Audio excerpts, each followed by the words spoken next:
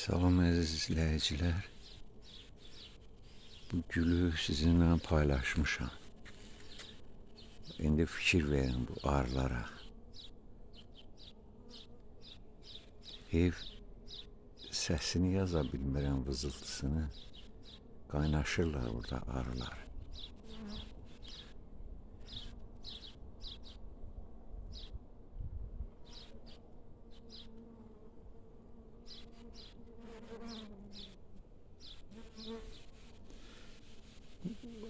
Bu videonu çəkməkdə məqsədim nədir?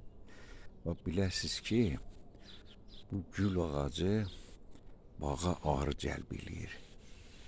Yəni bağda əkməyiniz sizin meyvələrin tozlanması işində çox böyük kömək eləyə bilər. Hər bağda bu ağacdan bir dənə, iki dənə əkmək lazımdır ki, arıları cəlb eləsin. Onda tozlanma maksimum effektli alına bilər. Sağ olun, sağlıqla qalın.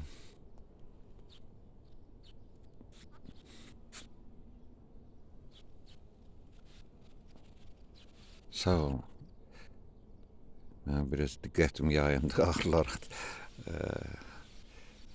Gələn videolarda görüşənədək.